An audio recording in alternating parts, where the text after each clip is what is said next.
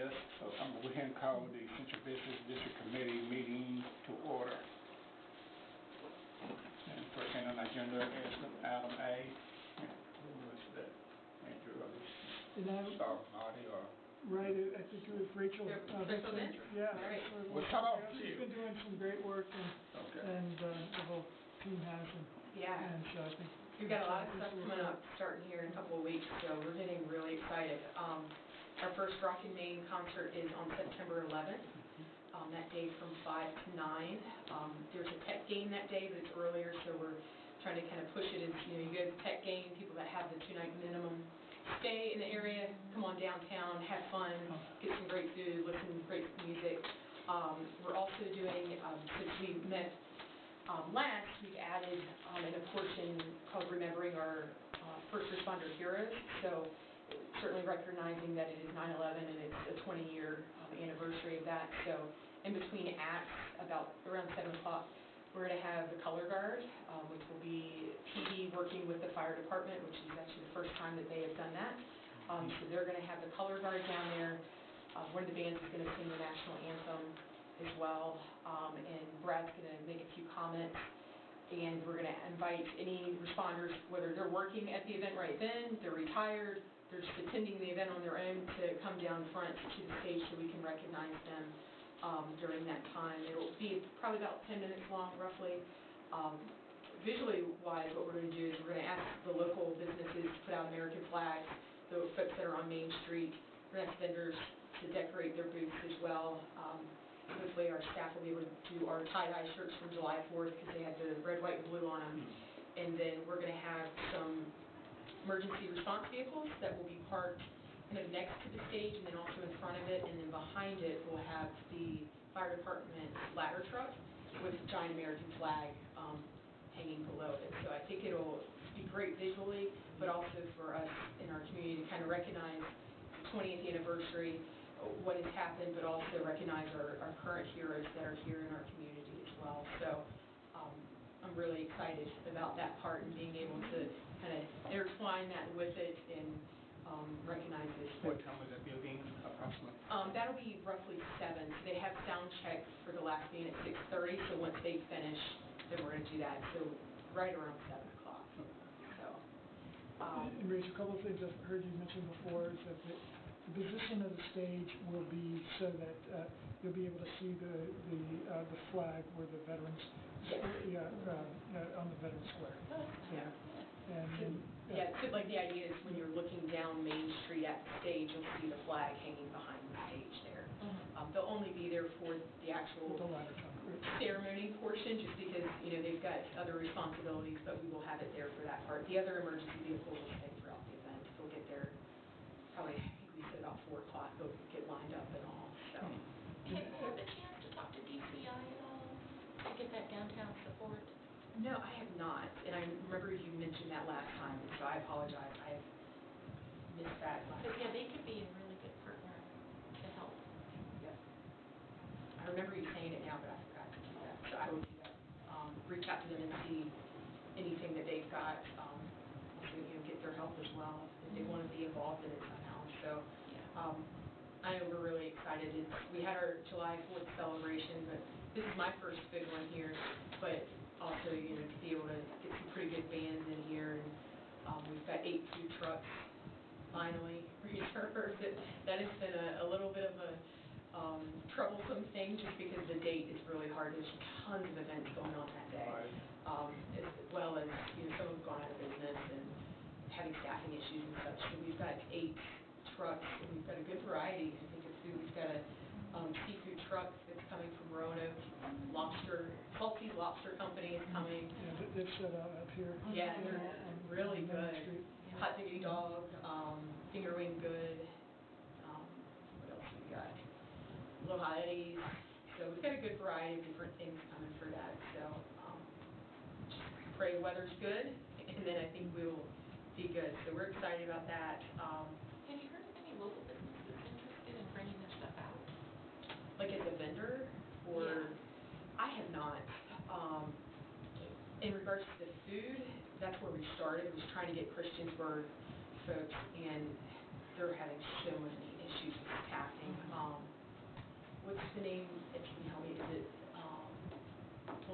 barbecue place. The one Yeah. shut down Christiansburg.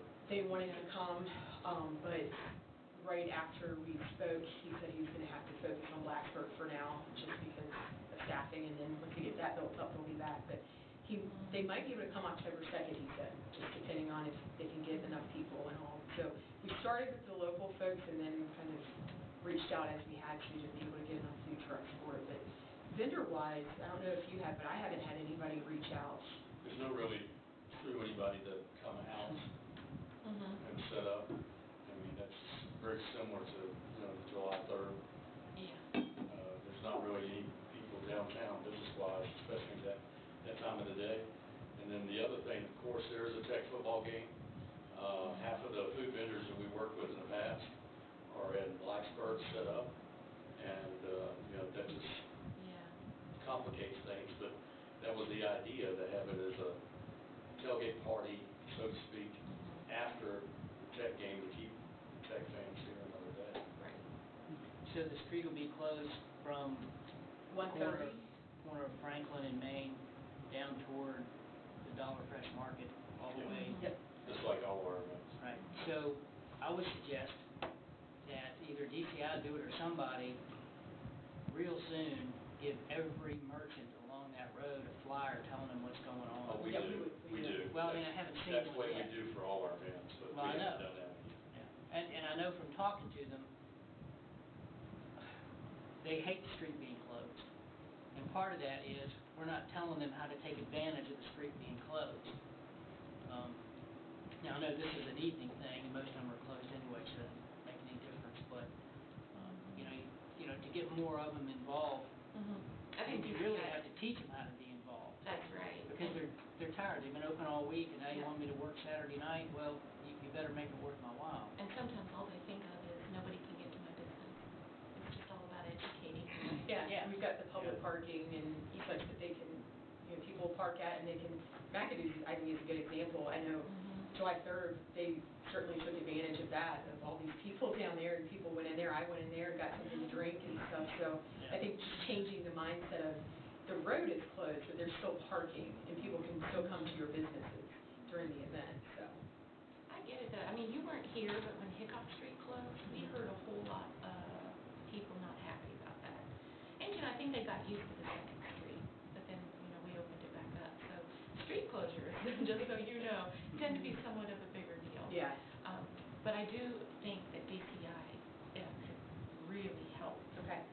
downtown. We have, and what we've done in the past is literally go, and we go all the way up past Town Hall, we go to all the houses and homes and make a complete circle, a 4-block area.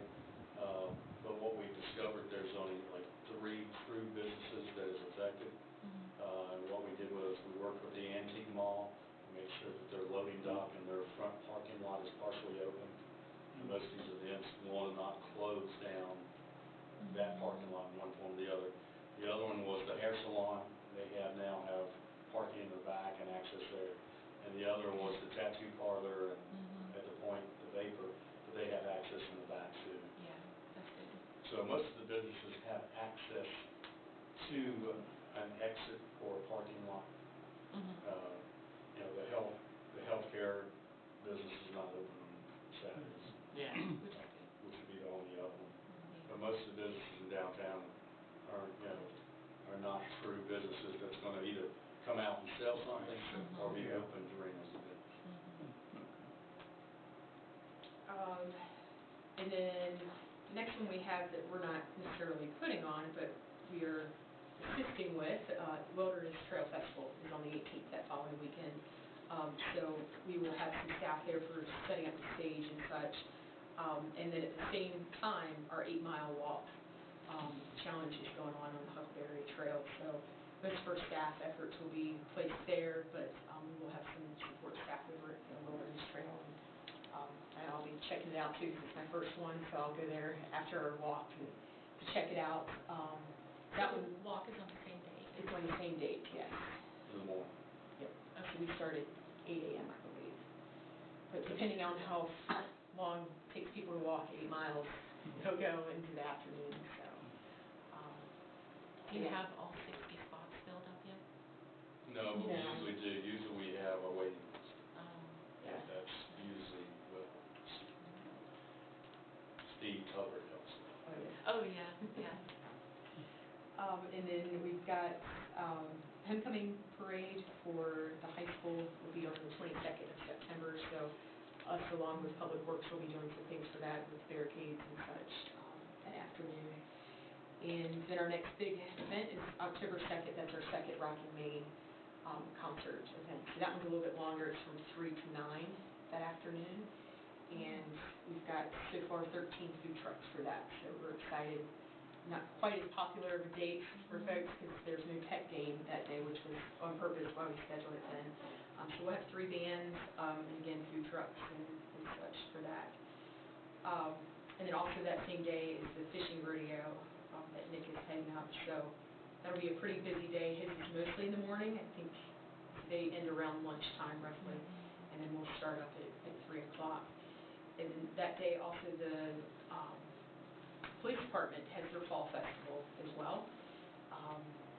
And so that's going to be at the Uptown Mall. So their theme for that is Fall Festival.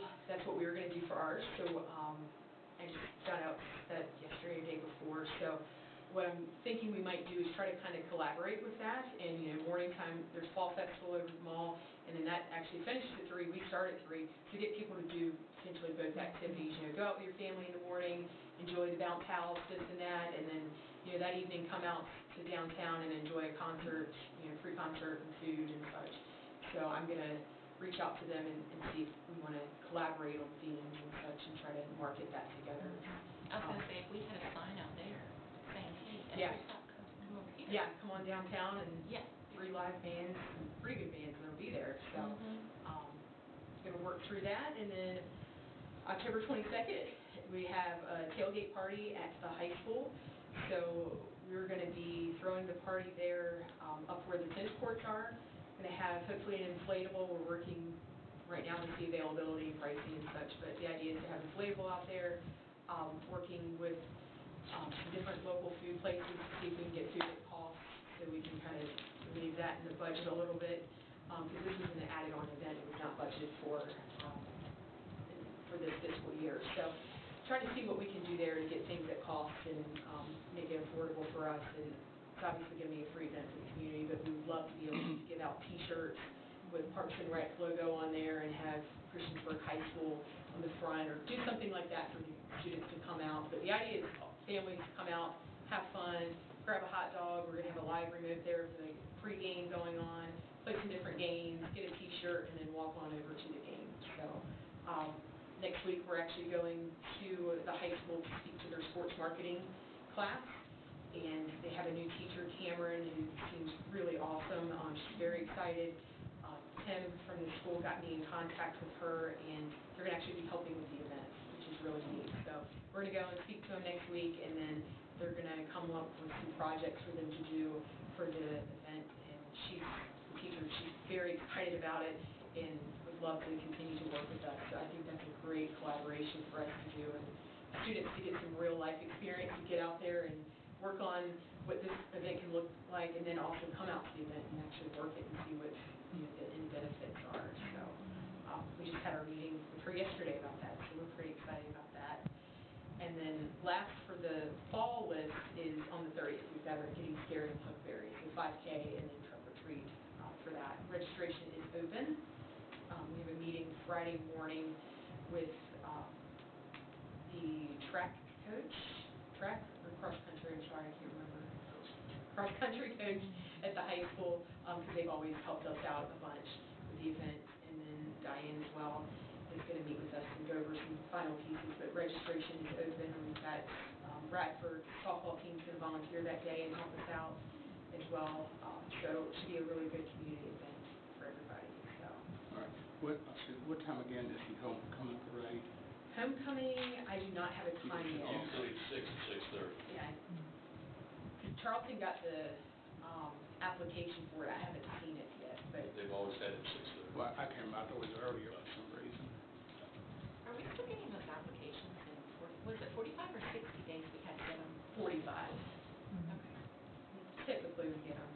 Yeah. I just really want to push to make sure they do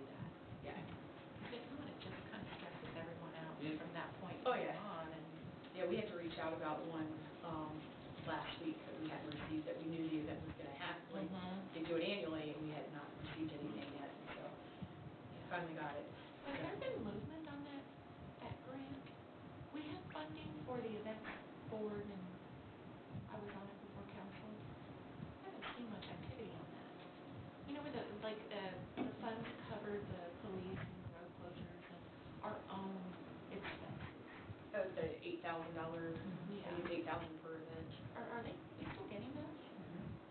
So when they apply, on their application, it has if they want to apply for it.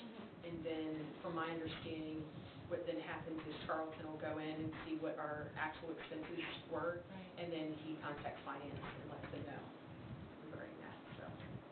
So are those still going out? Do you know? Are those applications for the funding still going to that committee? They are, it's actually part of the application, and you basically just check a box. Yeah. Oh, okay. On the last page of it, it says, would you like to apply, Yeah. and it explains it. And I think it's been worked more through the Special Events Committee, which regularly meets on Mondays. Oh, okay. And the mayor attends those meetings as well. So that kind of changed a little bit. I think it has didn't realize that, changed, yeah, it has changed a little, and we really didn't have any for over a year. You know, and so with Heritage Day, that was really the first one.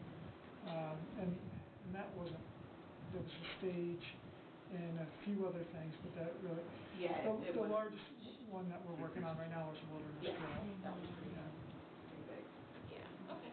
Sounds good, thank you.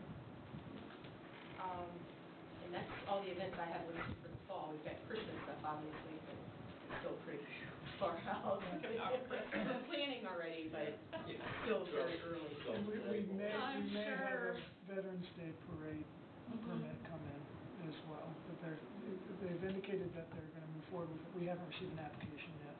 Their 45 days would be mid-September, so they have a little bit of time. And right now, still no about fire prevention program. Oh, right.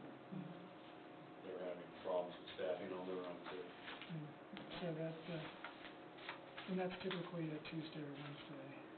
In October, first Tuesday in October usually. Okay. Okay. All right. Anything else? Nope, I think especially that's good. And I do think, as everybody knows, that, yeah, that communication with property owners and business owners, Yep.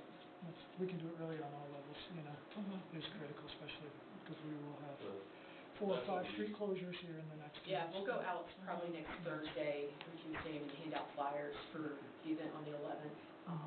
I don't want to do it any time the week of. I'd rather get it out the week before, so. Oh, yeah. One thing we discovered is a lot of the office people in the downtown don't have regular hours, so we don't have personal contact with them a lot of times, but we leave a flyer for them.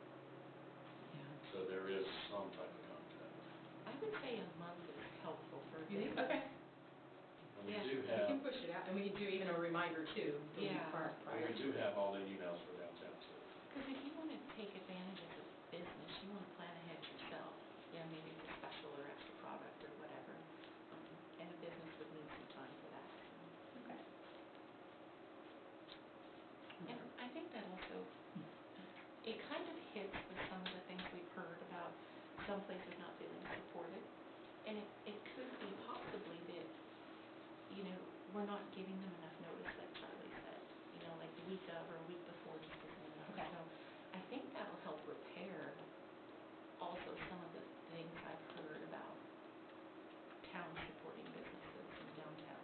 Yeah, 'cause I don't want them to ever feel like we're just, oh, we're here Saturday, Yeah. shut down, you know, we'd love for places to come out and, you know, to be able to, hopefully we bring business by having an event down there. Yeah. That's the ultimate goal with it, so, we can definitely do it further out, and then doing it a month out, I'd like to then do a, you know, the week prior, or something around that date to remind them, just 'cause they're busy, they're business owners, Yeah. so, How do you feel? Having events on different ends of the street, like we did with Heritage Day down on this end, probably helps a little bit too, because it kind of mixes it up a little bit. Yeah. Yeah, Okay. that's true. shares the pain a little bit. As a downtown business, Charlie, how do you feel about that? Communication-wise and I wish there was a way that, I mean, there is no single communication channel that can get to every business. And you can, it just doesn't work. I mean, I don't care whether you use social media or you send an email or if you put it in the mail, you know, I don't even know if that works. So it really just has to be repeated in every channel that you have. Are we gonna get a banner across Main Street maybe? Rockland, Maine, and the We date? decided not to for this one, the Okay. next one, because the Wilderness Trail Festival, we would have overlapped, so we actually got 2 banners, smaller banners, put out front here. Got them in my Jeep. We're going to make sure that they look good. We got them yesterday, so we're going to put 2. Right now it just holds 1, but we're going to put it like a V out there. That way Wilderness Trail can still have theirs. But the plan is for the one, hopefully in October, there's nothing overlapping, that we would be able to have one for the full length, but they are very expensive. So we've Randy said 1,500-ish. 1,000. Yeah. What about It's substantial. For one of the ones across Main, yes. The one from the farmer's market was 20, ended up being 21. It's the health department. So, Could you put a sign? You can get them made cheaper, maybe a little cheaper, but you can get them made out of material. How long do they last? Yeah, it's worth paying if you're gonna use them again. In all honesty, it's only, to me, it's only probably worth doing if you're gonna do it again. you haven't seen what happened to the Heritage Day banner. And I think one of the reasons on that was because it already had so many wind shear holes in it that it got rid of. It got real bad. I think we got a number of years out of it, which was good, but it was time, they found out. It was time to have another. I have seen like literally brand new banners get torn up out of the week because they went up too. So it just depends on the week and wind. Yeah, how much is whipped around. And Charlie, the small banners would be in front of the Atlantic Union in that square. Yeah. And, I know you put signs there before. Correct. That would be that's actually a good place to put some sort of community information pylon or something. One day I'd love to put a love sign there, but, All but right. it is a good corner. Sorry. Yep. We're gonna go ahead and move on to the farmers market update. Sorry. Well, we passed 7,000 people here this past week. But between lightning, humidity, and 5-second showers, I call them, they come out of nowhere and last for 15 minutes.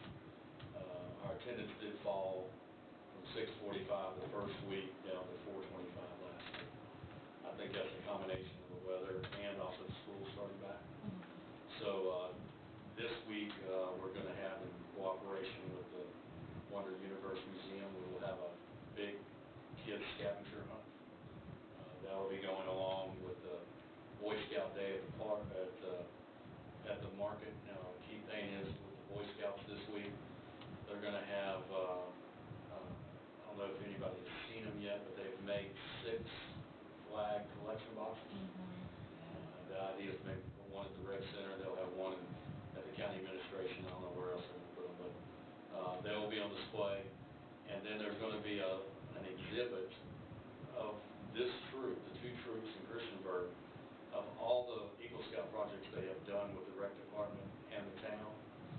They went out and took pictures, and they have storyboards on, that includes the picnic pavilion, the kiosks, the benches, the plantings, everything they've done for the past 10 years will be on display. And we hope a lot of people will make note of that the town has benefited from these Eagle Scout projects.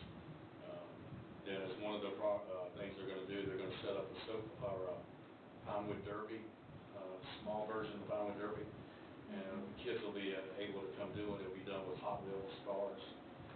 We think that'll go well, but one of the big things is to feature what the Eagle Scout projects have done through the town, and get this some publicity that we really benefited from that. We also got coming up the 1st of September will be the Christiansburg Police Community Night Out. The night out big thing was 2-3 weeks ago, and Christiansburg has never really had the staffing or the finances, the funding to be able to do something here. So we always, for the past 2 years, we've done something at the farmers market, and they're going to do a small version of that again on the first week in September. Where there'll be several officers out there to greet people and just talk to them and hand out stuff to the kids and talk about community policing, and maybe even hand out some employment applications, because they are down, I think, as many as 6, and they're trying to hire. So those groups and a lot of the other ones that have attended in the last couple of weeks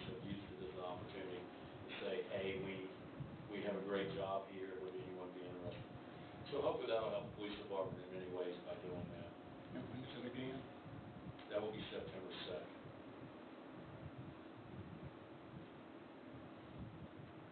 And we've been averaging about 22 vendors. On the list, we have 37 vendors. Some come every other week, and they alternate. So we've been averaging about 22. Sam's been coming up lately to see that we've had Lately? Come on. Every week. We've been having anywhere from 5 to 7 produce vendors. Convinced one of our nurseries that's been just coming with plants. Right beside them is a produce farm up in Pulaski, and they don't have the manpower to bring their vegetables. But starting this week, they're going to bring some of the vegetables from their neighbors. So we'll have 6 produce vendors. The month of sweet corn comes to a screeching halt. This will be the last week of sweet corn. We do have a lot of tomatoes, and that was one of the things, we heard last year that people were looking for tomatoes and we didn't have them. Well, as many as last week, we had 6 vendors with tomatoes. So that really stepped up. And we've really seen, Rachel's seen it, that there's certain vendors that bring in people that patrons end up going to the market and buying stuff. We've been very lucky with kettle corn. They attract people. Space Rabbit Coffee has its own following. They average anywhere from 300 to 400 people a week, and those people typically buy something else. So we've been very lucky with, one vendor will be attracting people that will go around. In the past 3 years, the farmers market has been heavy on the arts and crafts. And if you've noticed, over the last 2 months, we only have 2 arts and crafts vendors. So that's changed a lot, and that's helped. And, we have, where we had 3 meat vendors last year, we only have really 1 regular meat vendor, but they still do pretty good. So in comparison, we ended up averaging 310 last year. Our average right now is 591. So we're still almost doubled it. And still having a lot of live music. Just a couple other things coming up. We'll have cider day, and hopefully have some apple cider and more apples and things like that. The animal shelter wants to do regularly. They're fighting at the animal shelter the lack of employees and volunteers too. But they're going to start coming once a month with some dogs to adopt. Just try to get some more attention and take some collections there. So they hope to come, on a regular basis too. So hopefully that'll, and we really have 39 spots up there at that lot, and with the area that we allow some of them to sell off their vehicles, we really have 29 vendors. So we have 29 vendors and 39 spots. So, it's pretty full on a regular basis. Anything else on farmers market? If not, we'll go ahead and move on to item C. Would that be you? Well, it'll have to be Andrew this Well, time. I haven't gotten my Sorry, update from Andrew. him either. From the last meeting. Okay, Andrew, okay. So the Public Arts Advisory Board is moving along. They had a meeting 2 weeks after their last meeting in order to kind of keep momentum going, and completed a survey between the time of what they thought were the top 10 mural projects and ranking those within the town. Most of them are in downtown and Cambridge, but there are others. But I guess they are primarily in downtown. So they did that. They talked about priorities. They did ask me to reach out to all 10 property owners to kind of see if we're to move in that next step. Are they willing to participate and be part of a mural project? How many ended up being private owners? I'd say, really 8, I think.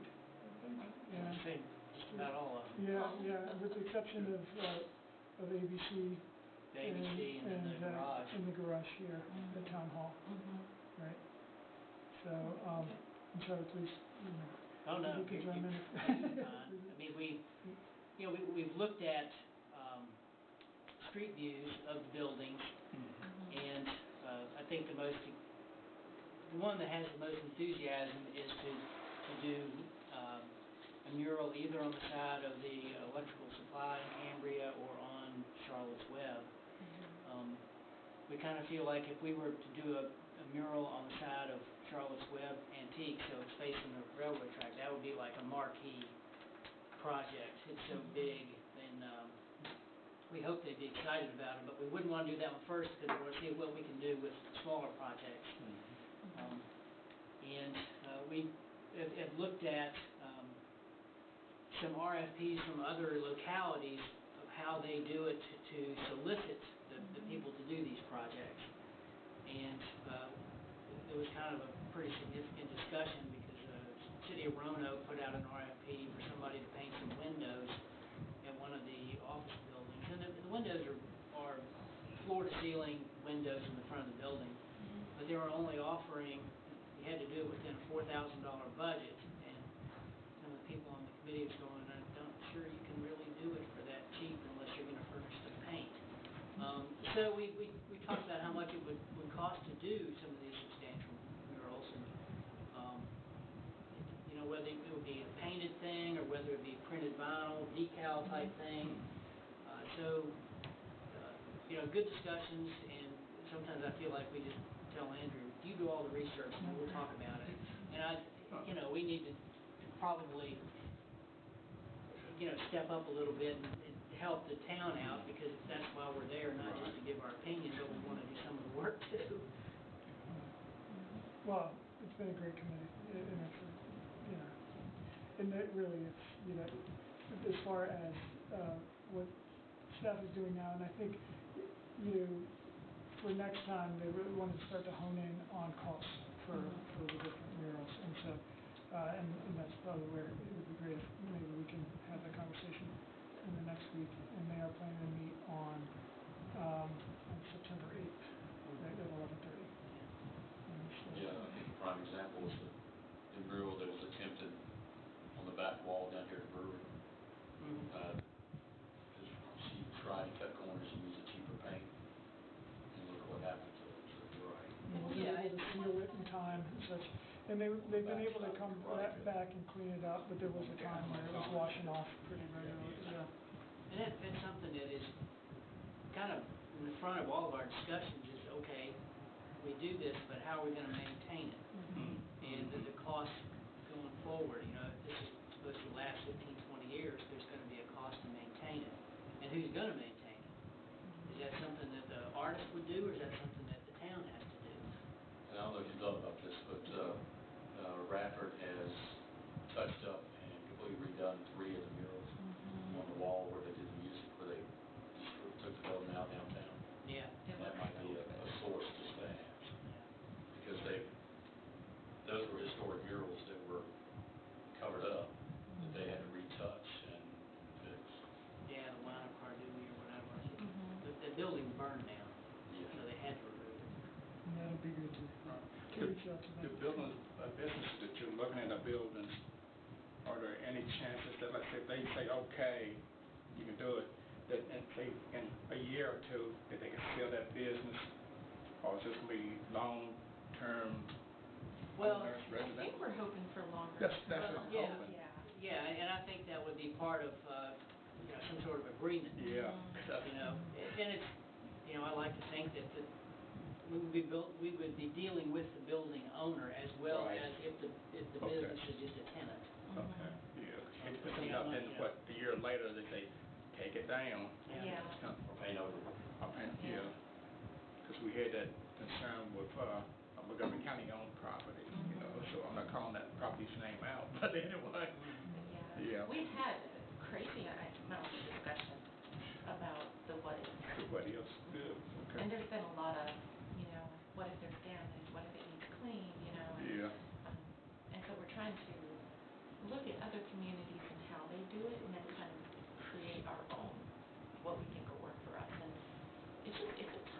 time-consuming process, this first step. It is. Yeah. And, we'll probably head up to town for a big travel budget, so we can travel around the country and look at these other places. Yeah, they might say one or two. All right. Lewisburg is a prime example. Reached out or talked to them over there. They put together a plan, and all of a sudden they did bunches of murals in downtown Lewisburg. And that's kind of our hope too. We're ready for some color. Yeah. You know, I mean, I think once all the paperwork is done, Right. we're gonna open up like a floodgate. But that's what it's when maybe if you do one, then the other Yeah. building owners see it. Yeah. I like it, And let's hopefully do the more, builders you know, yeah. also chip in and help pay. Right. Yeah. And then, and people driving through slow down a little bit, Yeah. want to look, maybe we're stopped. Okay. I want them to take pictures too, like we put hashtags on stuff, we just added it to the swim love sign. So they take pictures and share them, it just helps Christiansburg. And I think that prime example of that is Bluefield, West Virginia. They have the railroad murals all over the town. All of that. Down near the railroad, and people come in, and of course they have the railroad festival, but they come in and they'll literally walk with murals. We're looking for a walking trail of wherever, there's a whole lot of plans. Trust me, when those gates open, we're just gonna be like, All right. bulls in I Spain. applaud the Arts Commission after what I've tried to promote with arts. Okay. Anything else on that subject? All right, we're gonna go right ahead and move on to item D then. So the rally grant, they're calling it the Great Little Park. Yeah. Yeah, so, and over by Great Road on Main, between the old sanctuary and the new sanctuary, it's a great green space, and they have worked with a contractor to come up with a price after their last big fundraising push, which was part of the big event sponsored by the Community Foundation. And so they're now in a position to not do everything, not all the plannings and everything, but at least get a good portion of the walkway in. So you'd have a walkway in, a circular area, and then a walkway to the back, and then to the staircase. And they're taking out the old concrete walk as well. So that's the work that they have on their agenda for this fall, really, and that they're moving forward with. And they are going to have the official groundbreaking, and that, Charlie, correct me, that's next, is that next? Monday. Yes. And I believe, council received an invitation to it this morning from Justin Sanders at DCI. So they're gonna take out the current extra long wheelchair ramp and move. So the wheelchair ramp stays, so there's a walkway behind the wheelchair ramp that kind of, that hugs the building on the left-hand side back to the staircase. So that would be taken out, and that creates space for some planting beds on that side. Yeah. A lot of the money, I should say, a lot of the cost was plants. Yeah. And so they're just gonna forego some of the plants, but let's get the infrastructure in, the sidewalk. And they were talking to some of those people, and I forget, I don't remember their name, where they shared their plant seedlings from historic gardens that they have. So that was part of the discussion too, to try to save money and keep it. Yeah, they want it to be indigenous plants. But people have been sponsoring some of the trees already, which is nice. You know, so they'll get a little plaque by their tree. But I do want to let everybody know how important this whole project has been because of DCI. If it wasn't for them heading this, I really feel like, you know, everyone here in the town is so busy. There's just no way that project could have been added to any committee that I know of. So I definitely want to thank DCI for what they're doing to make this actually happen. And as our downtown in Cambria is starting to really, you know, as we invest in it, it really does take all types of efforts, and I think that's what the Rally Grant is really intended to be, you know, to really just, with a little bit of seed money that you can get community members involved and folks that don't attend meetings on a regular basis together. And we did a lot of visioning through that process, as a number of us in this room will remember, and it really culminated in this project. So I think it just shows with community support and community effort and vision what you can create. So And we're also it's looking for more exciting to see people, it right? moving forward. More helpers. Anything else, Andrew? Mhm. All right, at this time, we open for any other business. I did have a question I posed to Andrew ahead of time, which is the update on the webcam we had talked about. And I will have to get some more information. I Okay. wasn't able to get up with Craig Okay. this morning. The software installation that we're doing, that's pretty time consuming, so I will follow back up on that. I think he was talking to the county to see Right. if we could work with their building or internet, yeah. The other thing I had was, let's see, the town project with CI and the museum right there, they're doing 2 benches.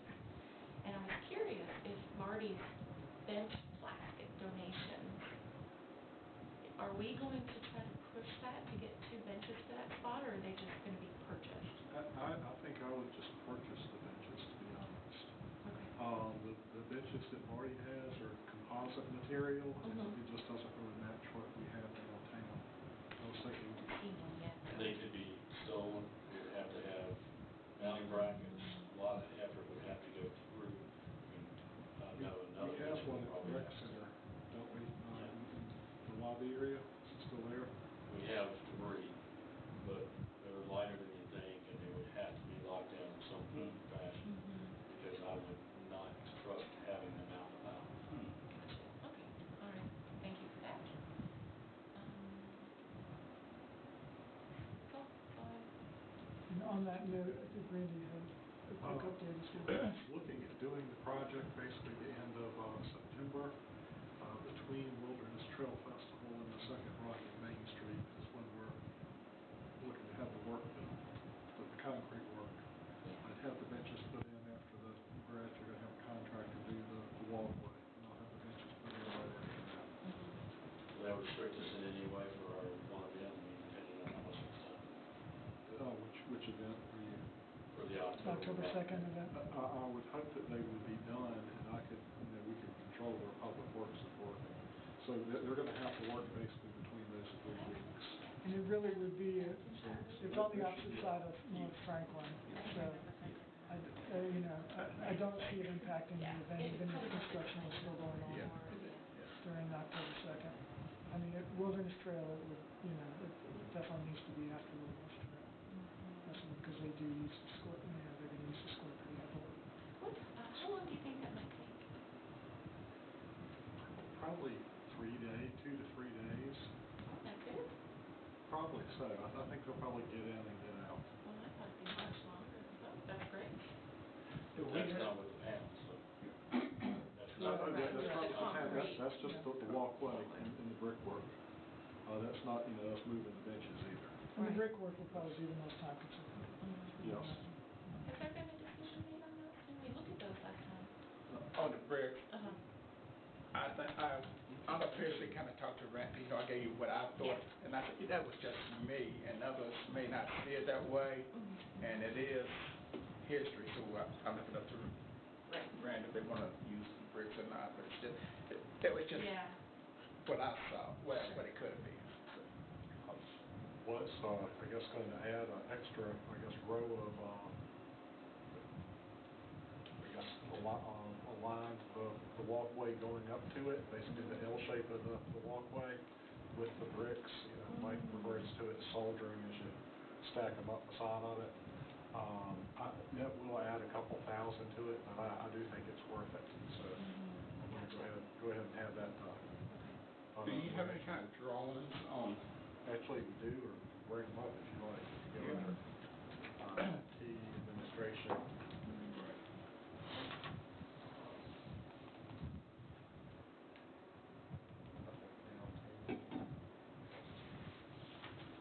Downtown square or town square maybe. So that is a town square.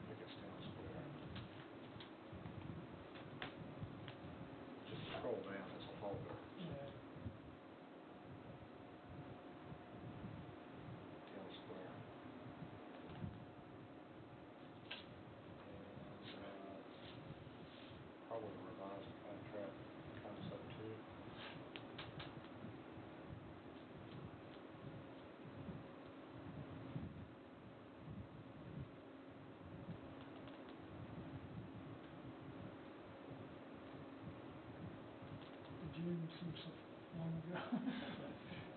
Doesn't it though? Yeah. Time's going fast. And we had another version of this where the Civil War Trail sign was catty corner to the monument. Mhm. For right now, I'm kind of open to leaving it where it is too. Which one is that? Existing one. Yes, there's an existing, right where that planter is, pretty much, there's an existing Civil War Trail Oh, right, sign that shown being relocated there. And we have an alternative version of this showing it kind of catty corner to the monument, right in the middle of the open side of the circle, right there. But, for now, I'm open to leaving it where it's at. I noticed the top of it looks really dark. Is that intentional or has it like faded? I think the sides of it are dark brown. Okay. The top of it is maybe a little yellow or tan, but I don't think it's still pretty legible. Yeah, okay. I just from driving by, I have not walked by. Honestly, I think that on the sign- edges it is starting, That sign doesn't really to meet degrade a bit. the criteria for the Civil War Trail sign program, because it's supposed to be specific to like a person, place, or event in the Trails program. And, that panel really isn't. I think we could probably come up with something that would be eligible under the program. They don't really have a problem with it being there. They're aware of it. But it's just something we might want to think about is changing that out at some point. And who's this? It's actually a Civil War Trails group. Okay. Now, when the other ones are put into place in the future, where do you see that coming from? Probably the town, maybe some type of partnership with the museum. I would hope that the museum would partner with us with coming up with verbiage. I think I kind of told you some of the ideas I could see for verbiage. Obviously I think a panel of Native Americans would be appropriate. I think mentioning Davy Crockett, Daniel Boone's just too good to pass off, to be honest. Yeah. So, I think a few things like that are worth mentioning on panels as well. Yeah. Awesome. Okay, I was just curious. Don't forget our Dr. Pepper connection. Okay, and where are we gonna put the brick again, if we use the brick? Going up along the sidewalks. Okay. Basically, the way we've got it around the circle, just run it up both sides like that as well. Okay. I think that'll look really good. So it's not, No, the whole thing. yeah, that's what it is, so it's not the whole thing, so people be walking on it all the Yes. time. Okay. I kind of I'm not a big fan of brick sidewalks myself because they're a maintenance burden. They Right. can Okay. become a trip hazard. Yeah. There's just issues with them, but I do kind of like the look of the brick, and I'm open to suggestions. But that to me is kind of a little bit in keeping with what we've done downtown, even though it's using a different type of brick, and it's just a little different, but it's not too far different. And honestly, I think it being a little different is kind of nice to draw attention to the fact that the bricks are 100-some years old or whatever. Gosh, it'd be awesome if we had a small plaque somewhere to explain the brick. I think that would help people. Even going into the museum and the museum has something, it'd be kind of neat. And we could probably give them, maybe a brick or something for a display. Yeah, Yeah. if they're willing, So, In all honesty, we've got a lot more type of brick than that. It's just that one we've got a lot of. right. Sure. Who did this drawing or diagram? Somebody gave Neil. Yeah. It's on the museum board. And are we planning on putting back up the tree lights? Or having them functional at night now that it's starting to get shorter? We are. We Well, have a for little- Christmas, I know. Yeah. I talked to Charlton the other day, Yeah. I know for that part, I'm not sure when it Well, happened. It hadn't come up, to be honest, yet, yeah. Yeah. Usually we have about 3 or 4 months. Yeah. I'd love to do that again with all the downtown events. It would look beautiful when the sun starts to go down and, you still have food trucks out there. I think That's when we had the one still project, Hickok too. Yes, right, Yeah. right. So if anybody can add that to their list to discuss in the meeting, that'd be great. Yeah, Yeah, That no. ambiance is just. No, that's fine, because I know there was some concern a while back about, if we can leave them up for the whole year. Yeah, But it was yeah. about the cutting into the trees when they grow and all that, but I think we said we It didn't do did it. seem like Michael liked to limit it to about 3 months. Okay. Well, I mean, Yeah, because we took him down we- after that so he could trim the trees. Right. If you remember, he come back and did work on the trees. yeah. Well, I consider, I mean, that's what they get paid for, you know, that's, totally. And It's Randy, a lot of work. Yeah. have you looked in still on the US 11 market that I discovered sitting out there? I know it's there. I actually thought possibility of moving it over here and putting it on a pedestal or something at some point. I wanted to talk to the museum about that too. You talking about the market at the, It's over on the, it's Hey, actually been to over on the US other, 11, it's actually I mean, over on the other hey. corner. is it, it's where, It's actually over on the other corner. I saw that big, It was Yeah. originally on the courthouse property. When they did the sheriff's property, it got moved. Okay. And then when the sidewalk project got started, they moved it to the war memorial. It Right. needs And a it's been there permanent ever home. since. it does. Yeah, and if I'm not mistaken, the picture that I saw, where there was big arch over the road, one of them was right there where that sidewalk starts. Yeah, they had the big street celebration and Yeah. celebration and everything. Which is For a that. great photo, and maybe that's one of our future signs. I've asked engineering to basically kind of mimic this drawing, but go ahead and show the brickwork in there. That's what I was going to ask you. And Yeah. we'll play around with maybe a couple of placement options and talk to the museum if you like. I'd love that. I think I've always been Yeah. passionate about that Route 11. It needs to be on this side of the Yeah, on the road. Okay.